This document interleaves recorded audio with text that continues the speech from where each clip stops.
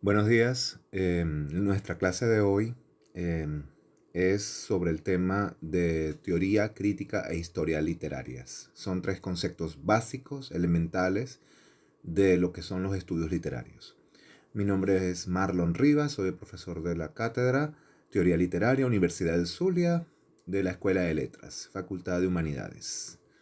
Muy bien, entonces, jóvenes, vamos a comenzar con este material que fue diseñado pensando en el desarrollo de estos tres conceptos elementales: teoría, crítica e historia literarias. ¿Qué es teoría? ¿Qué es crítica? ¿Y qué es la historia literaria? A ver, teoría, crítica e historia. ¿Qué sabes ya? A ver, recuerda lo que hemos venido hablando en el curso. ¿Qué es lo que tú conoces? En el capítulo primero del autor Miguel Ángel Garrido, él estudia precisamente y nos ofrece algunos ejemplos y algunas conceptualizaciones de lo que son o de lo que es la teoría y la crítica literaria y también la historia literaria. ¿Qué recuerdan de esto? Les doy un minuto para que reflexionen y copien lo que recuerdan sobre historia, teoría y crítica literaria.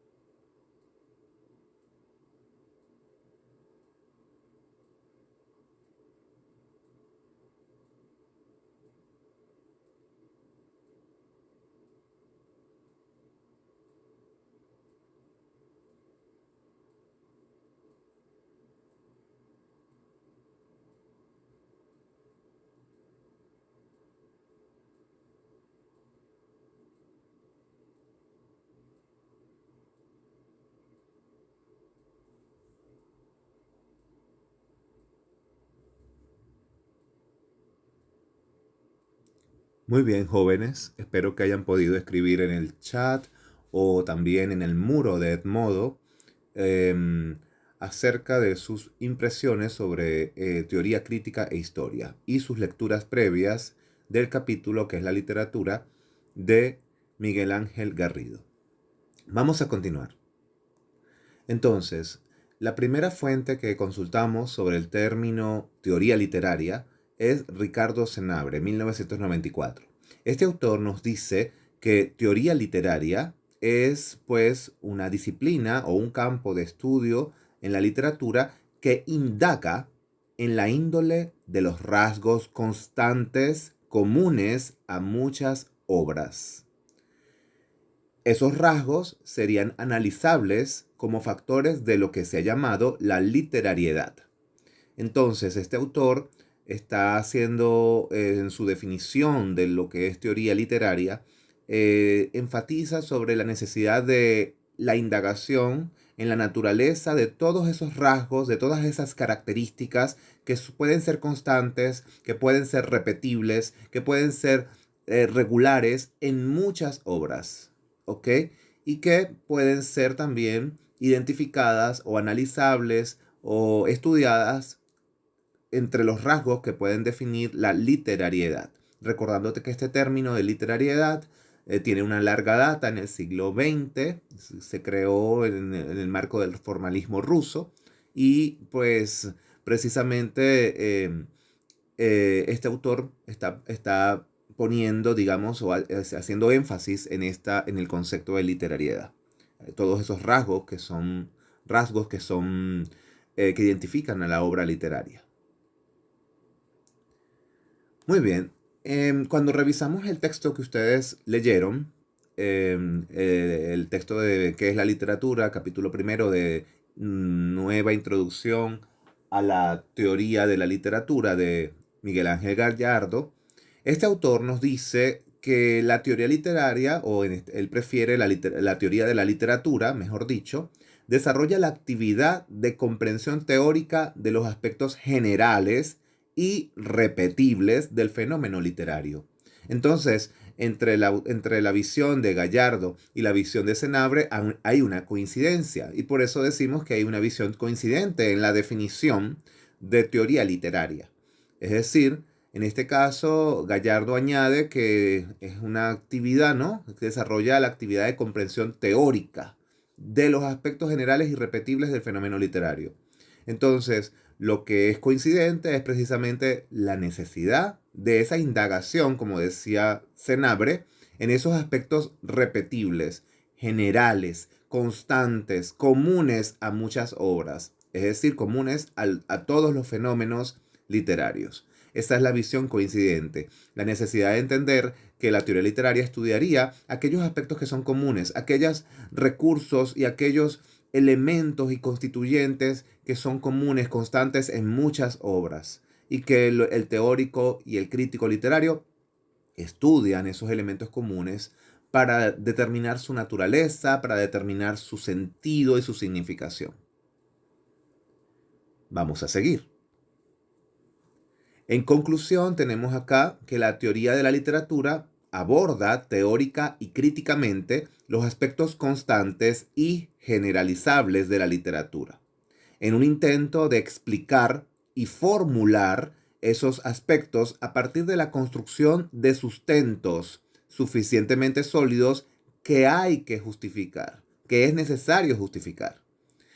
Esto implica, ¿no?, que la explicación de hechos literarios se puede hacer a partir de hechos literarios dados, ofrecidos por la tradición literaria, y también todos los próximos hechos o fenómenos o productos literarios que nos traiga la posteridad, ¿no? Lo que traiga el futuro. Entonces, de alguna forma la teoría literaria, o en este caso la teoría de la literatura, pues analiza todos estos, o aborda, o indaga, o estudia todos estos aspectos repetibles en las obras literarias, todos estos rasgos y características que son constantes a muchas obras literarias, con la finalidad de sustentar y construir un sustento teórico suficientemente sólido que debe ser justificado, razonado a partir de argumentos, y esto ayuda a que se puedan explicar los hechos literarios y los fenómenos literarios, los productos literarios, las obras del pasado,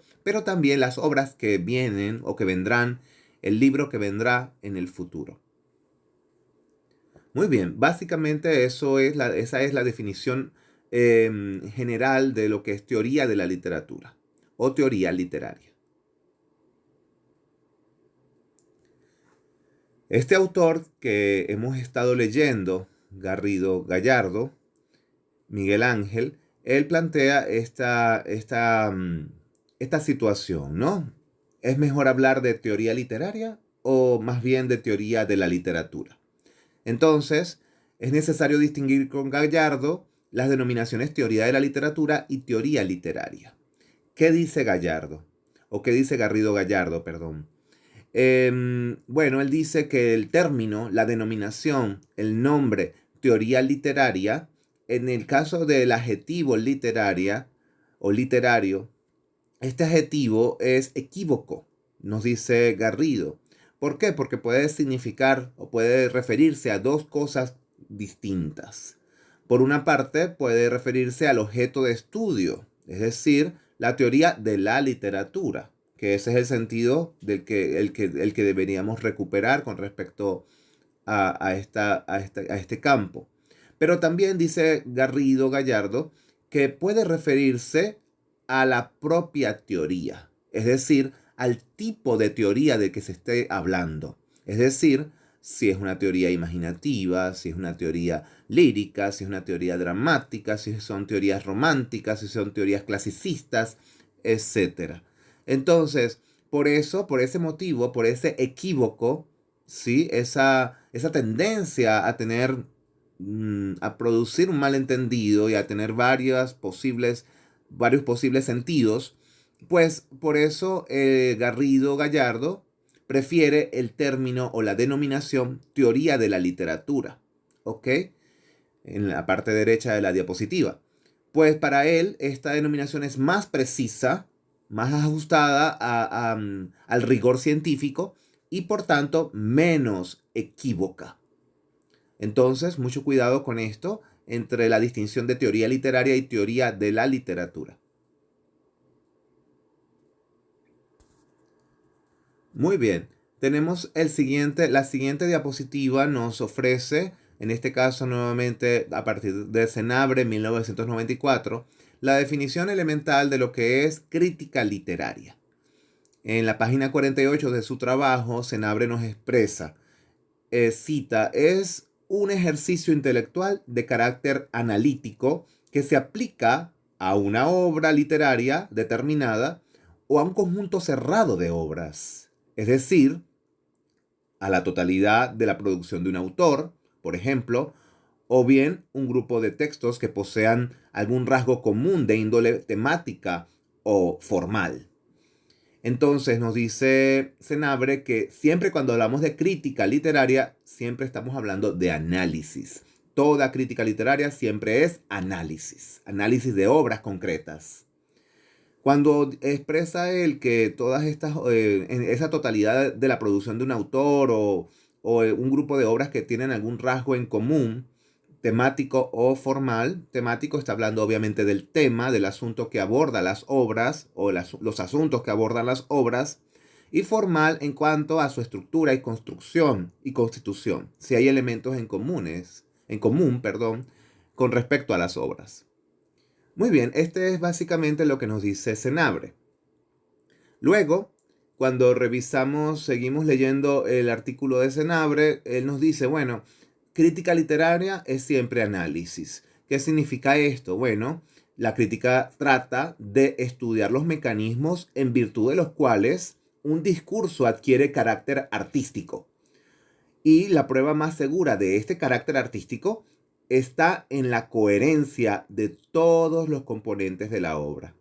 Entonces, la crítica literaria estudiaría todos esos mecanismos constructivos, de forma, de contenido también, en el que pueden definir un discurso como un discurso artístico. Y que la coherencia de ese discurso artístico, la adecuación, es precisamente que todos esos componentes tengan una unidad interna, una coherencia interna. Muy bien, eso lo dice Senabre en la página 48 de su artículo. Muy bien, chicos, jóvenes, tenemos aquí la actividad de aula número 1. Lee las siguientes citas, compáralas y coméntalas con tus palabras. Escribe una conclusión de un párrafo. Aquí tenemos dos definiciones de lo que es crítica literaria, considerando las palabras de Senabre y también las de Garrido. En cuanto a la primera, de la izquierda, la crítica literaria se aplica, por consiguiente, a analizar los mecanismos constructivos de una obra o de un conjunto concreto de obras. Senabre 94, página 50. Y por su parte, Garrido nos dice la crítica literaria es una disciplina de carácter analítico que se aplica a una obra particular o a un conjunto de obras de un autor, una época o un género. Muy bien, la idea es que comparen estas citas, coméntenlas, hagan comentarios con sus palabras sobre estas dos citas, qué tienen en común, qué elementos son diferentes, y escriban una conclusión de un párrafo. Recuerda que esta actividad la vas a tener en el muro de Edmodo y podrás resolverla y entregarla hoy mismo, pasada la clase, posiblemente hasta las horas de la noche. Yo les daré las instrucciones aparte.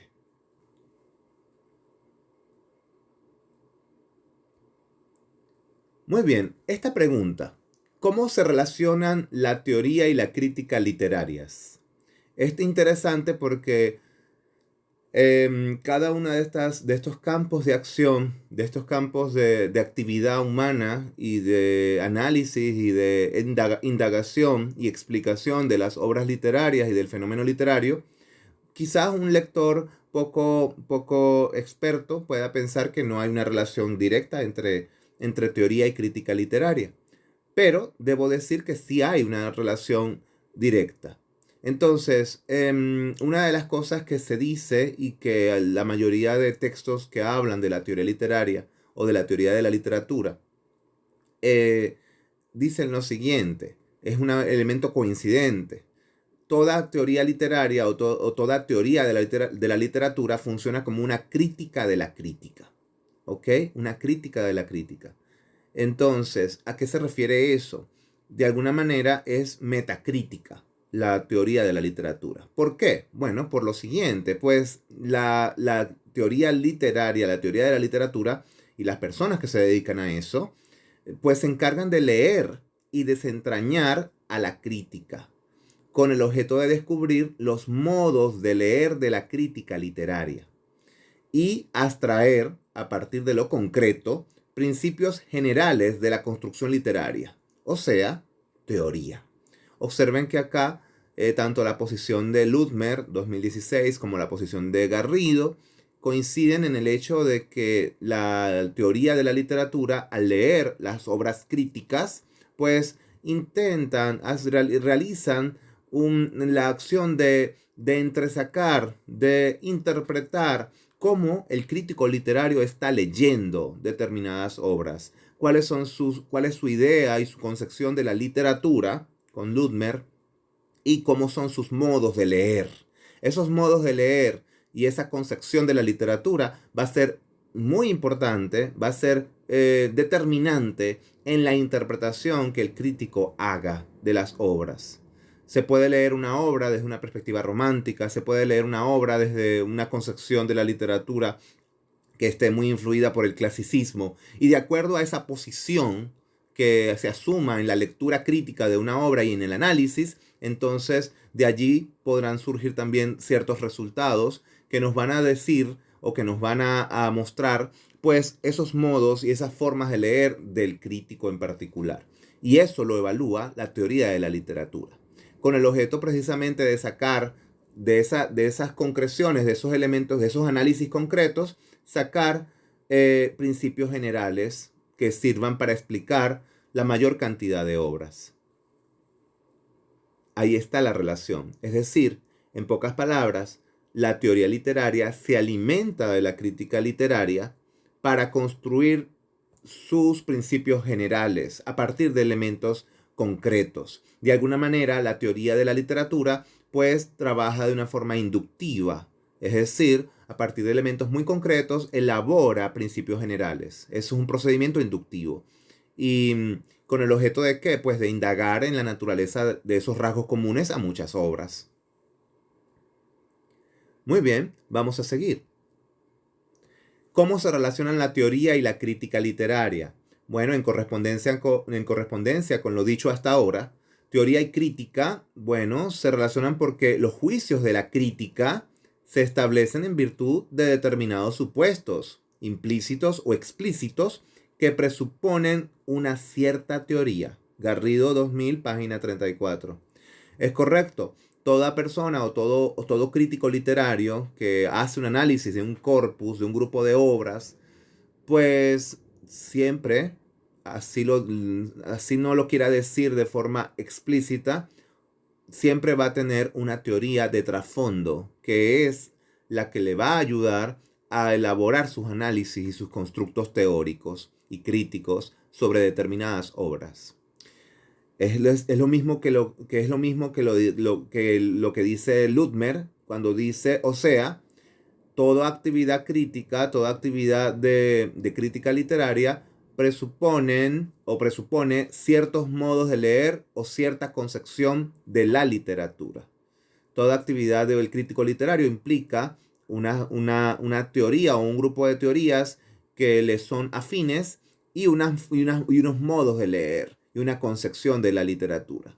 Hay que entender que cuando Ludmer dice modos de leer y concepción de la literatura, está hablando modos de leer, bueno, formas, ideas que tienen los críticos y los teóricos que son previas al propio proceso de análisis y que son determinantes y le ayudan a elaborar sus interpretaciones de las obras y sus análisis.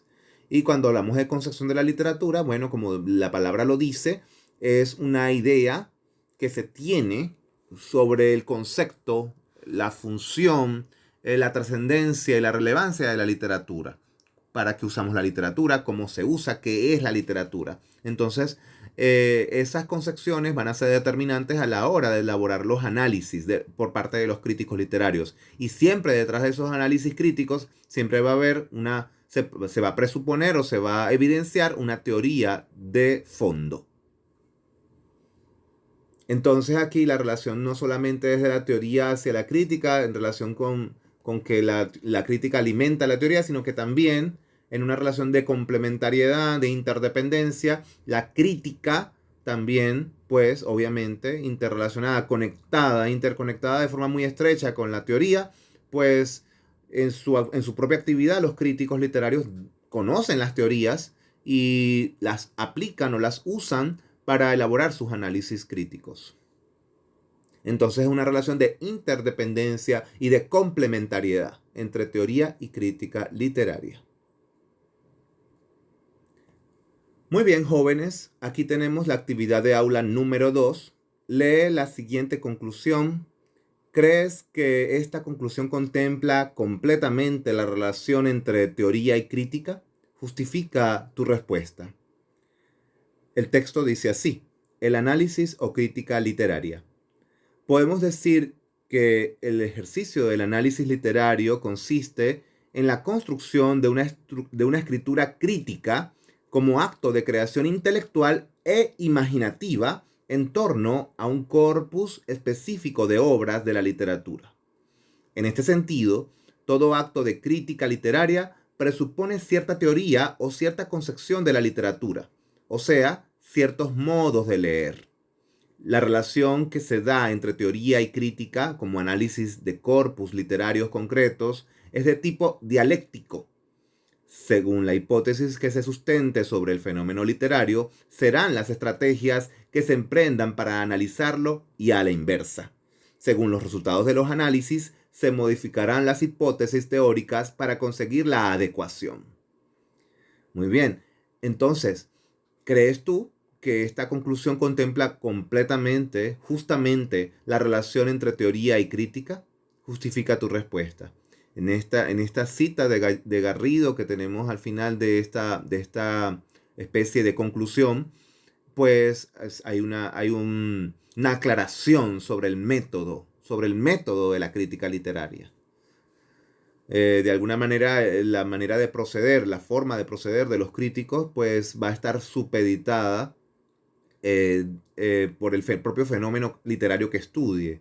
Y ese fenómeno literario pues va a dar las pistas para la construcción de su propio análisis y de las propias hipótesis de investigación. Pero bueno, elaboren sus respuestas en el documento adjunto que deberán entregar al final de las actividades de aula del día de hoy. Posteriormente les explicaré y en el muro de Edmodo van a tener toda la información. Muy bien, jóvenes, aquí la actividad de aula número 3 es un ejercicio de verdadero o falso y tras la lectura del texto de la diapositiva anterior señala con una V las oraciones verdaderas y con una F las falsas. Igualmente este ejercicio también lo van a tener en el documento adjunto en el chat o en el muro de Edmodo y van a poder responderlo allí. Tienen que leer claramente, tratar de comprender bien la cita anterior o esta conclusión anterior para poder resolver este ejercicio. Muy bien, vamos a continuar. Muy bien, el tercer término de esta tripleta o de este grupo de categorías básicas de lo que lo que son los estudios literarios nos presenta o se nos presenta como la historia literaria. Entonces, ¿qué es la historia literaria? Según Garrido, 2000, página 30, es la disciplina que se propone el conocimiento de los textos literarios del pasado.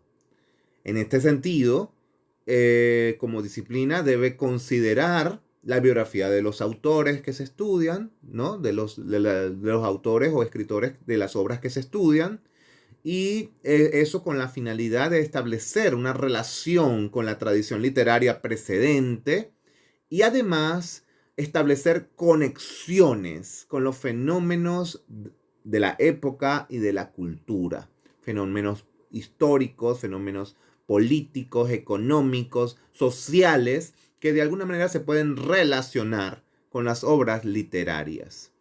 Entonces, básicamente, historia literaria pues un campo de estudio también en los estudios literarios que se preocupa por ese establecimiento de relaciones entre las obras, ¿sí?, del pasado y los contextos históricos de producción que enmarcaron la creación de estas obras. Es importante el dato biográfico y el establecimiento de relaciones con la tradición literaria, con las obras, las generaciones literarias, las corrientes artístico-literarias precedentes y que puedan ayudar a entender determinadas obras. Siguiendo con el concepto de historia literaria, según Senabre, 1994, página 50, la historia literaria, pues los historiadores de la literatura ordenan secuencial y cronológicamente los materiales que la crítica literaria le proporciona. Análisis, juicios o relaciones o dependencia de unas obras con respecto a otras, jerarquías estéticas. Otra cosa que también hacen los historiadores de la literatura es organizar, pues, en series cronológicas los datos disponibles, los datos de los autores, de las obras, y los inserta en los cauces más amplios de la historia cultural y política en la que se integran. Es decir, cada cultura, cada civilización, cada grupo cultural, cada grupo nacional, pues cada grupo lingüístico, pues en el marco de los estudios literarios hay personas dedicadas a hacer la historia de la literatura. Y en ese sentido se encargan de ordenar todos los datos que ofrece determinada cultura o determinada lengua para ordenarlos secuencialmente, cronológicamente, establecer relaciones. Y toda esa información es ofrecida también por la crítica literaria. Entonces aquí tenemos otra relación. Los historiadores de la literatura también también leen de forma crítica la propia crítica literaria para extraer de ella datos importantes sobre los autores, datos importantes sobre los análisis, los juicios, las relaciones entre corrientes literarias, entre autores y su puesta en común o su comunicación con la historia general o cultural y política de una región, de una nación o de una cultura. Cómo se relacionarían los hechos que aparecen en determinadas obras literarias con la historia general del país, del mundo o de la región.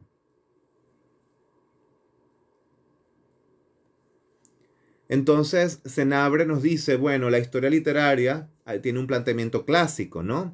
El planteamiento clásico de este campo de actividad de los historiadores y teóricos y críticos literarios, bueno, ¿qué dice el planteamiento clásico?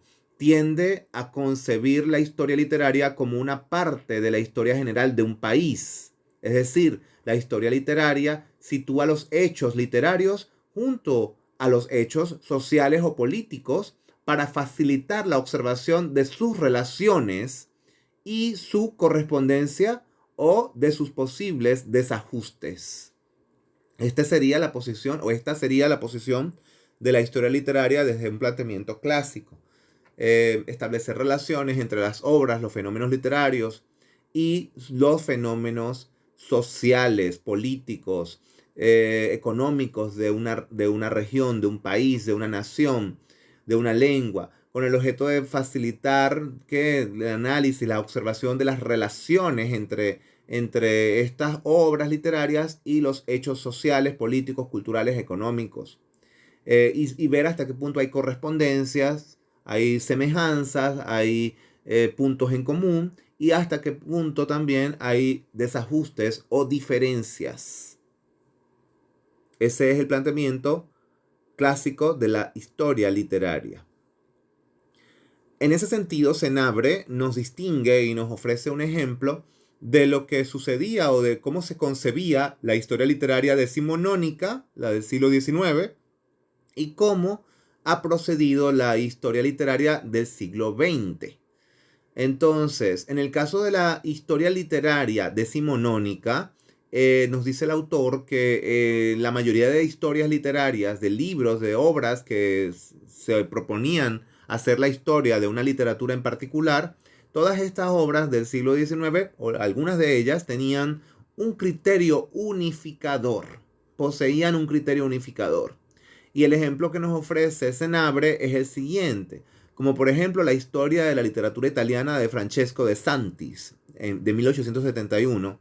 Él dice que esta obra, esta historia de la literatura italiana, tiene un rasgo unificador, y ese rasgo es la idea del espíritu nacional, que se realiza de manera distinta en cada una de las producciones culturales, artísticas, políticas, literarias y sociales. Es decir, en el caso de la historia literaria decimonónica, con el ejemplo emblemático o paradigmático de historia de la literatura italiana de Francesco de Santis, allí en este tipo de obras había un elemento unificador, una idea común que integraba todas las otras, el otro recuento y la otra cronología de las obras que se incluían en este libro.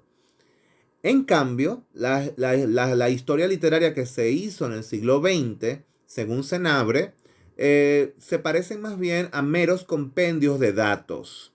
Y nos dice, son como diccionarios o manuales que no estimulan la lectura, sino solo la consulta puntual.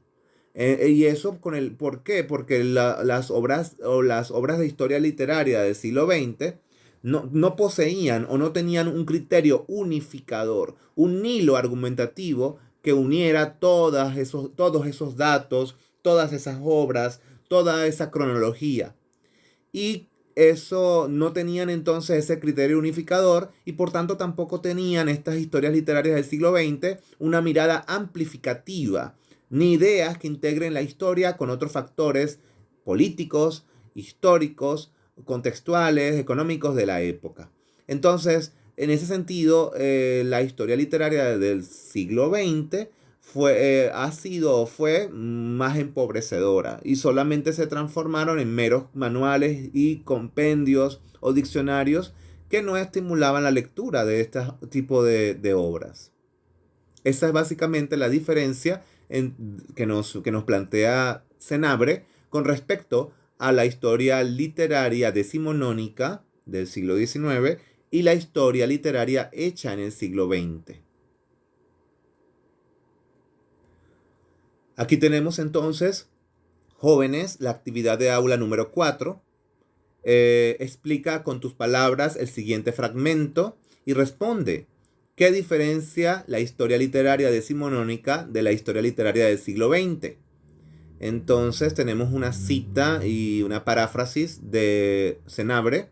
Dice lo siguiente: la historia literaria de origen decimonónico plantea el establecimiento de un delicado equilibrio por evidenciar la convergencia de los fenómenos puramente históricos y los hechos artísticos y literarios, superándose el riesgo de hacer a unos dependiente de otros, y especialmente asumiendo algún criterio unificador o idea directriz que proporcione un sentido unitario al conjunto del panorama de síntesis histórica que se pretenda abarcar. Entonces ahí tenemos básicamente la diferencia entre uno y otro. La pregunta es: ¿qué diferencia entonces la historia literaria decimonónica de la historia literaria del siglo XX? Les recuerdo que en el muro de Edmodo tendrán allí el documento que podrán descargar con estas preguntas y el tiempo estipulado para realizar las respuestas y enviarlo y subirlo al mismo muro de Edmodo, donde va a estar la publicación. Posteriormente les explicaré mejor este asunto. Aquí tenemos también la actividad de aula número 5. Responde. ¿Cuál es la relación entre la historia literaria, la crítica y la teoría literaria? Esta actividad también la van a colocar la van a tener disponible en el documento con las actividades de aula de esta lección. Resulta obvio que entre tanto crítica como teoría e historia literarias hay una relación. Y ya hemos visto las relaciones que ha podido establecerse, que se han podido establecer entre historia literaria y crítica, entre teoría y crítica y entre crítica y teoría. Bueno, ahora tienen que reflexionar sobre la posible relación que existe entre las tres.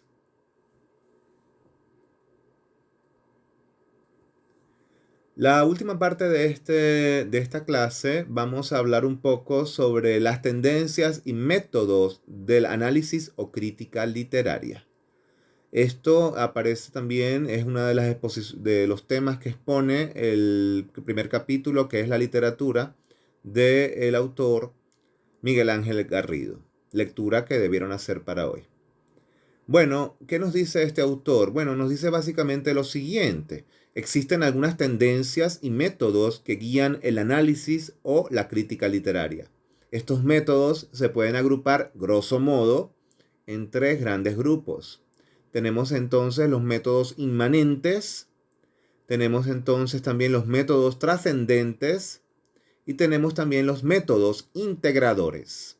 Cada uno de ellos pues agrupa en su interior pues un conjunto de escuelas y tendencias de la teoría y la crítica literaria del siglo XX que pues tienen algunos rasgos en común y por eso son agrupados por Garrido bajo estas denominaciones. Vamos a ver entonces en qué consiste los métodos inmanentes del análisis o crítica literaria del siglo XX. Se llaman métodos inmanentes a aquellos, cita, que pretenden extraer conclusiones del mismo texto o grupo de textos considerados en sí mismos, o acaso con referencia a un modelo lingüístico que permita elevar los datos a categoría, pero siempre con independencia de cualquier clave ajena al idioma. Fíjense bien lo que está diciendo. Es decir, está tomando en cuenta que todos aquellos métodos inmanentes son aquellos que sencillamente toman en cuenta la clave, digamos, de interpretación está en el texto mismo, en el mismo texto. Y la clave de interpretación no se sale de la constitución estructural y la constitución, la conformación interna de la propia obra, a partir del lenguaje con el que está construida la obra. Algunos de estos métodos inmanentes, nos dice Garrido, son pues algunas de las propuestas críticas surgidas en el marco de las escuelas teóricas del siglo XX. Y algunos de ellos fueron o son la estilística, el formalismo, el estructuralismo, el tematismo y también el análisis estadístico. Todas estas escuelas y tendencias teóricas, críticas del siglo XX pues tienen en común la idea de que la obra misma es lo que importa, las palabras que constituyen la obra es lo que importa para elaborar el análisis y no se puede tomar en cuenta ningún otro dato que no sea la propia obra, los propios constituyentes y elementos que conforman la obra desde su perspectiva interna o inmanente. Por eso se habla de inmanencia o de inmanente. Muy bien. Tenemos la siguiente tendencia o método del análisis o crítica literaria. Son los llamados métodos trascendentes del análisis o crítica literaria del siglo XX. Nos dice Garrido que son trascendentes aquellos métodos que analizan la obra en virtud de una clave interpretativa que está más allá de la configuración lingüística del texto. Esto está claro. Es decir, todos aquellos métodos o tendencias trascendentes agruparían las propuestas de análisis crítico en el que lo más importante para analizar el conjunto de obras es algún dato que está más allá, que no es o que no se identifica solamente con la constitución o la conformación lingüística de la obra, sino es un dato externo a la obra misma. Entonces, nos recuerda Garrido que son trascendentes las propuestas críticas surgidas a partir de las ramas, escuelas o corrientes del pensamiento, como la sociocrítica, la psicocrítica y la poética de la imaginación, la estética de la recepción y la hermenéutica. Cada una de estas tendencias o escuelas o métodos de análisis de la obra literaria, pues toma en cuenta una clave exterior al propio texto y a la propia configuración lingüística de los textos. Muchas veces va a tomar en cuenta la relación entre literatura y sociedad, como en el caso de la sociocrítica o de la sociología de la literatura. Otras veces va a considerar el dato o la clave de psicológica, la relación entre literatura y psicología y psicoanálisis, como en el caso de la psicocrítica o de la poética de la imaginación. Otras veces va a tomar un dato o una clave exterior al propio texto literario, a la propia configuración interna del texto literario, como es la recepción literaria, cómo se recibe, cuáles son los procedimientos de recepción y la perspectiva del lector a la hora de interpretar la obra literaria. Y otras veces también va a ser, como es el caso de la estética de la recepción, y otras veces va a ser a partir de la clave hermenéutica, entendiendo hermenéutica como todas aquellas claves exteriores al texto que pueden ofrecer la posibilidad de guiar la interpretación. Claves que tienen que ver con, por ejemplo, con datos históricos o datos interpretativos relacionados a corrientes filosóficas o contextos mucho más amplios. Muy bien, esa es entonces, estos son los métodos trascendentes del análisis o crítica literaria del siglo XX. Y por último, tenemos los métodos integradores del análisis o crítica literaria del siglo XX. Estos métodos agrupan el conjunto de tendencias o métodos que abordan las claves analíticas en el proceso de enunciación, con lo que consiguen que los datos del enunciado se integren en un conjunto más amplio y que los datos del entorno sean tenidos en cuenta no como algo externo, sino en cuanto relevantes para el resultado de la significación. Observen que acá, por eso se llaman métodos integradores o tendencias y escuelas integradoras del análisis y la crítica literaria, pues en este caso toman en cuenta tanto las claves analíticas del proceso de enunciación, es decir, cómo está formulado el texto literario, cómo está el texto literario en tanto acto de habla, en cómo está constituido en cuanto lenguaje, el texto literario, para integrar todo ese conjunto de enunciados del texto literario y ponerlos en comunicación también con los datos que provee el entorno, la situación histórica, el contexto y también la situación de recepción de la obra. Entonces allí hay que tener en cuenta también estos datos del entorno y por eso estos métodos son integradores. Combinan de alguna manera un poco la visión la visión o el método de las tendencias inmanentes y también combina o añade también los datos que provee los métodos trascendentes. Nos dice, porque lo más importante en el caso de los métodos integradores es la construcción de la significación. Todos estos datos, tanto los datos que provee la propia obra, en tanto enunciado, en tanto enunciación, en tanto construcción lingüística y enunciado con una intención comunicativa específica, pues se combinan para interpretar, para construir la significación del texto y para construir el análisis, se combinan con los datos que provee el entorno. Y estos datos no se consideran como algo externo a la obra, sino que de alguna manera influyen también en esa significación. Muy bien, Garrido nos dice que algunos de estos métodos que se consideran integradores pueden ser la semiótica literaria, la pragmática literaria, la retórica, la neorretórica, la lingüística del texto y las teorías sistémicas de la literatura. Muy bien, jóvenes, esta es la parte creo que final de nuestra presentación de hoy.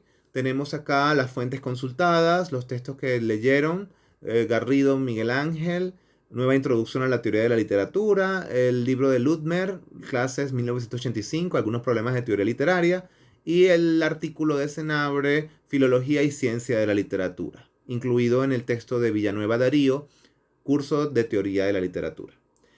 Espero que hayan podido aprovechar esta lección y comprender las bases de los estudios literarios que están precisamente representadas por los conceptos o las categorías elementales, fundamentales de teoría, crítica e historia literarias.